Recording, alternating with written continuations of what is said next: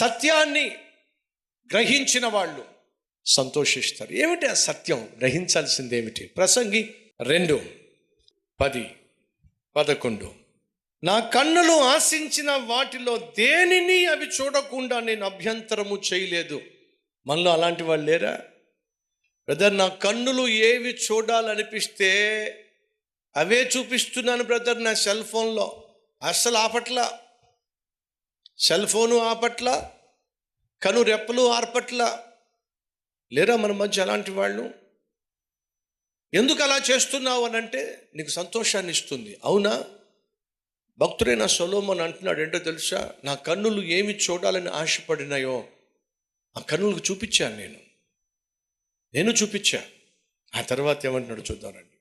నా కన్నులు ఆశించిన వాటిలో దేనిని అవి చూడకుండా నేను అభ్యంతరం చేయలా. ఏది చూడాలనిపిస్తే అవి చూపించా. మరియు నా హృదయము నా పనులన్నిటిని బట్టి సంతోషింపగా సంతోషకరమైనదేదియు అనుభవించకుండా నేను నా హృదయాన్ని కంట్రోల్ చేయలా. ఏదైతే నా హృదయానికి ఆనందం ఇస్తుందో ఆనందించో అని చెప్పి నా హృదయానికి పర్మిషన్ ఇచ్చేశా. నా కన్నులు ఏమి చూడాలనిపిస్తున్న ఆశపడుతున్నాయో వాటికి ఏమి చూపించగలనో అవన్నీ చూపించేశా. కన్నులకు కంట్రోల్ పెట్టలా, హృదయానికి కంట్రోల్ పెట్టలా. ఏది చేయాలనిపిస్తుంది చేయమని చెప్పా, ఏది చూడాలనిపిస్తుంది చూడమని చెప్పా. ఈరోజు మనలో కొంతమందికి ఇదేదో బాగుంది ప్రసంగం, ఎప్పుడు చేయని ప్రసంగం చేస్తున్నారు బ్రదరు అనుకుంటున్నారా? ఇంకో మాట చెప్తాను రండి తమ్ముళ్ళు, భలే ఉంటుంది. 11వ అధ్యాయం 9వ వచనం. యవ్వనుడా, నీ యవ్వనమందు సంతోషపడు. వా, యవ్వనుడా, నీ యవ్వనమును బట్టి ఏం చేయాలంట? ఎంజాయ్. ఐస్ క్రీమ్ కరిగిపోక మునిపే అనుభవించాలి. యవ్వనుడా, నీ యవ్వనమందు సంతోషించో. నీ యవ్వన కాలమందు నీ హృదయము సంతుష్టిగా ఉండనిమ్మో. నీ కోరిక చొప్పుననో నీ దృష్టి యొక్క ఇష్టము చొప్పునను ప్రవర్తించో. ఇంతటితో ఆపేద్దాం. ఇంకా ఏమండి, నీకేం చేయాలనిపిస్తుంది చెయ్యి. నీకే కోరిక పుడితే ఆ కోరిక ప్రకారం చేసేయి. కానీ ఏముంది? అయితే నువ్వు వేసే పిచ్చి వేషాలన్నిటిని బట్టి, నువ్వు చూసే పనికి మాలిన దృశ్యాలను బట్టి, నీ తప్పుడు నడకను బట్టి, పాపిష్టి పడకను బట్టి దేవుడు నిన్ను తీర్పులోకి తెచ్చునని జ్ఞాపకము ఉంచుకో. ఏ పనికి మాలిన పని చేసినా, పాపిష్టి పని చేసినా, అది చేయడంలో నువ్వు ఎంత సంతోషాన్ని అనుభవించే ప్రయత్నం చేసినా వినో, ఖచ్చితంగా దేవుడు నిన్ను తీర్పు తీరుస్తాడు, లెక్కడుగుతాడు, లెక్కలు తేల్చేస్తాడు. అప్పుడు ఏం రాబోతుందో తెలుసా? తర్వాత మా చూద్దాం రండి. దుర్దినములు రాకముందే, హలో బెదరో, దుర్దినములు రాకమునుపే ఇప్పుడు వీటి యందు నాకు సంతోషము లేదు అని నీవు చెప్పు. సంవత్సరములు రాకముందే.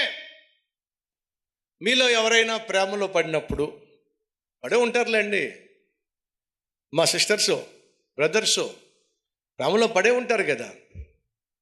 ప్రేమలో పడిన తర్వాత స్వర్గాన్ని చూసిన మహానుభావులు ఎవరైనా ఉంటే చూపిస్తారా? అన్న, మీరు ప్రేమలో పడలేదు కాబట్టి మీకు తెలియదన్నా. ఆ ప్రేమలో నేను చూసిన స్వర్గము మామూలు కాదన్నా. ప్రేమలో పడిన తర్వాత ఆమె కావచ్చు, అతను కావచ్చు, స్విచ్ ఆఫ్ చేసిన తరువాత మీరు కాల్ చేస్తున్న సబ్స్క్రైబర్ స్విచ్ ఆఫ్ చేసి ఉన్నారు.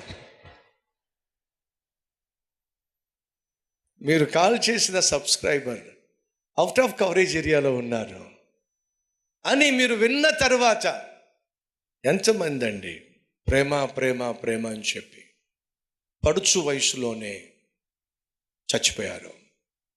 అడుగుతున్నా, తాగేవాడు తాగుడులో నిజంగా సంతోషం ఉందంటారా? ఎన్నిసార్లు వాడు తాగి ఆ బాటిల్ తీసుకొని చేపానికి మాలిన బాటిల్ అని తిట్లా?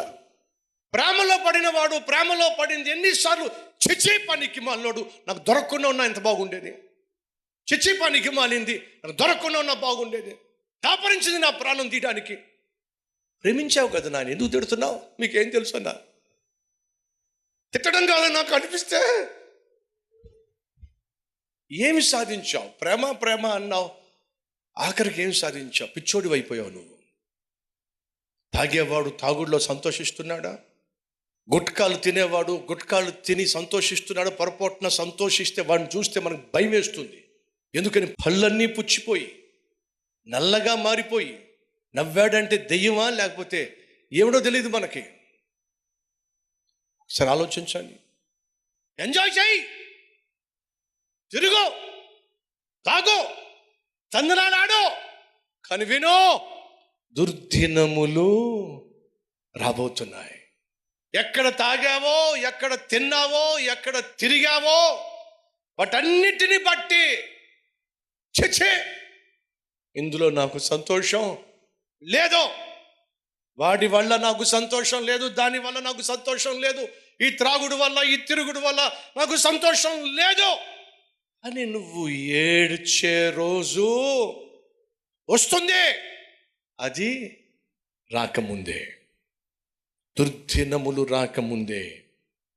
ఇప్పుడు వీటి యందు నాకు సంతోషము లేదని నీవు చెప్పు సంవత్సరములు రాకముందే, తేజస్సునకు సూర్య చంద్ర నక్షత్రములకును చీకటి కమ్మకముందే, అనగా నీ జీవితము చీకటిమయము కాకమునుపే, వెలుతురే కనిపించని దుస్థితికి నువ్వు రాకముందే, వాన వెలిసిన తర్వాత మేఘములు మరలా రాకముందే, ఈ బాల్య దినములందే నిన్ను సృష్టించిన సృష్టికర్తను స్మరణకు తెచ్చుకో, జ్ఞాపకము చేసుకో, ఆయన సన్నిధికి చేరుకో, ఆయన క్షమాపణ కోరుకో.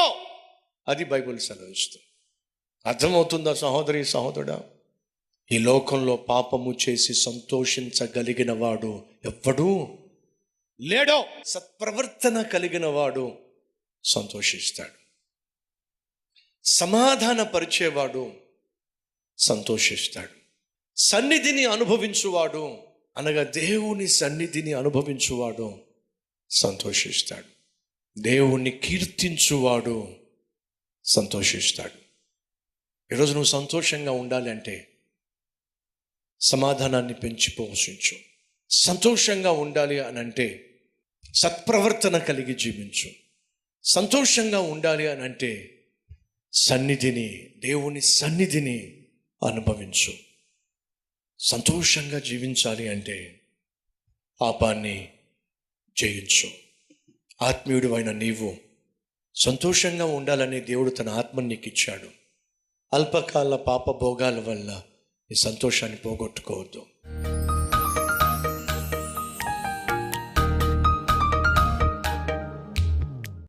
ప్రభువా, నీ సంతోషము నాకు దయచేయి నాయన. నీ సన్నిధిలో సమయము గడిపితే సంతోషం, సమాధానాన్ని పెంచి పోషిస్తే సంతోషం, సత్ప్రవర్తన కలిగి ఉంటే సంతోషం. అట్టి సంతోషాన్ని నాకు మాకు దయచేయ్యా. యేసు నామం పేరట వేడుకుంటున్నాం తండ్రి, ఆమెన్.